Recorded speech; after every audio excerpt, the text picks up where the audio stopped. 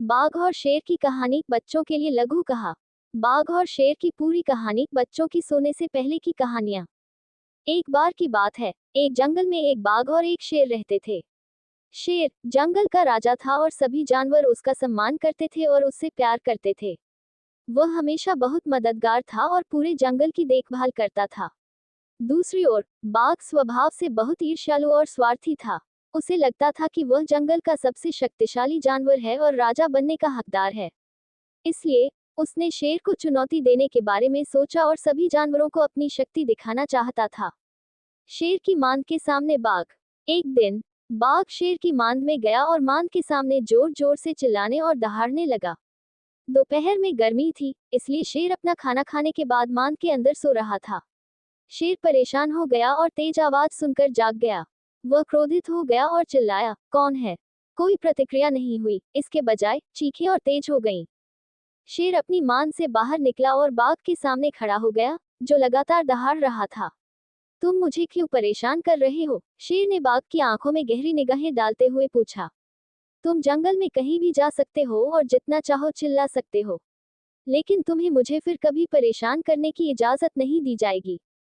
देखो, ये जंगल सबका है और यह जगह भी सबकी है, बाघ ने गुस्से में शेर से कहा।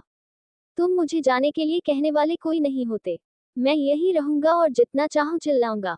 इसी बीच वहां से गुजर रहे एक हाथी ने बाघ और शेर को बहस करते हुए देखा और उनके पास गया।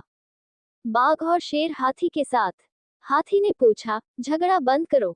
समस्या क्या है? मुझे बताओ। शेर ने कारण बताया और बाघ अपनी जगह पर खड़ा हो गया। हाथी अपने संघर्ष को सुलझाने में असहाय महसूस कर रहा था। तभी डॉक्टर डव आए। हाथी ने हाथी से पूछा, यहाँ क्या हो रहा है? आमतौर पर मैं बाघ और शेर को एक साथ नहीं देखता। हाथी ने संक्षेप में सारी बात बताई। डॉक्टर डव चिल्लाए, यही तो पूरी समस्या है।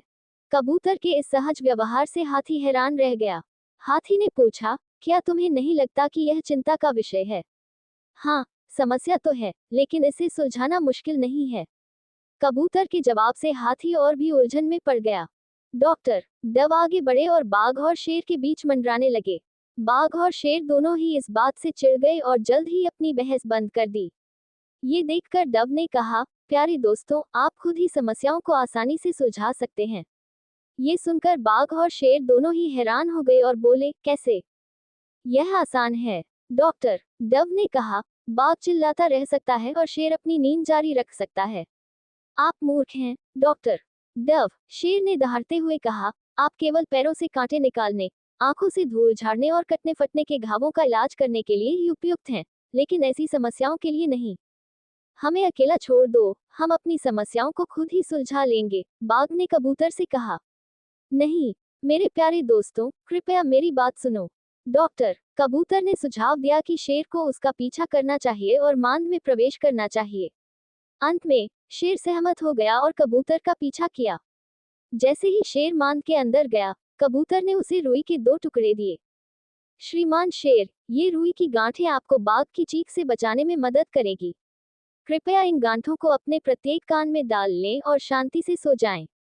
शेर ने डॉक्टर डव की सलाह का पालन किया और शेर और डॉक्टर डव दोनों चुपचाप मांद से बाहर निकल गए।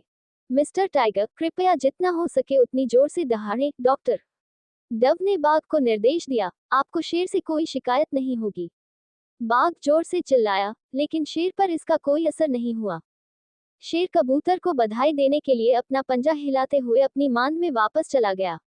बाघ इस हरकत से क्रोधित हो गया और जितनी जोर से हो सकता था चिल्लाने लगा। वह ये भी समझ नहीं पा रहा था कि शेर शांत क्यों हो गया है। मिस्टर टाइगर, मैंने शेर को आपकी ताकत के बारे में बताया और उसे आपसे लड़ने से मना किया। डॉक्टर डव ने बाघ के भ्रमित चेहरे को देखने के बाद उससे कहा, आप शेर से कहीं ज्यादा ताकतवर हैं। जैसा कि आप देख सकते हैं, शेर भी इस बात से सहमत है। बाघ बहुत खुश हुआ और उसने डॉक्टर डव को धन्यवाद देने के लिए अपने पंजे से थपथपाया। मिस्टर टाइगर, आपको शेर की मांद के करीब नहीं रहना चाहिए। डॉक्टर डव ने कहा, क्योंकि दूसरे जानवर आपको यहाँ देखकर सोच सकते हैं कि आप शेर की सेवा कर रहे हैं। इसलिए मेरी सलाह है कि आप उस पहाड़ी की चोटी पर चले जाएं और वहीं रहें। हाँ डॉक्टर डव, मैं आपकी सलाह मानूंगा और मैं आपका सम्मान करता हूँ, बाघ ने पहाड़ी की चोटी पर जाते हुए कहा। हाथी अचानक हुए इस बदलाव से रोमांचित हो गया और उसने डॉक्टर डव को आश्चर्य से देखा। डॉक्टर डव ने अपने पंख फड़फड़ाए और अपने घोंसले की ओर वापस उड़ गया।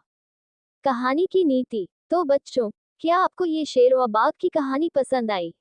इस कहानी से आपने क्या सीखा? जैसा कि कहानी में देखा गया है, बाघ हमेशा शेर से ईर्ष्या करता था और कभी नहीं चाहता था कि वह जंगल का राजा बने।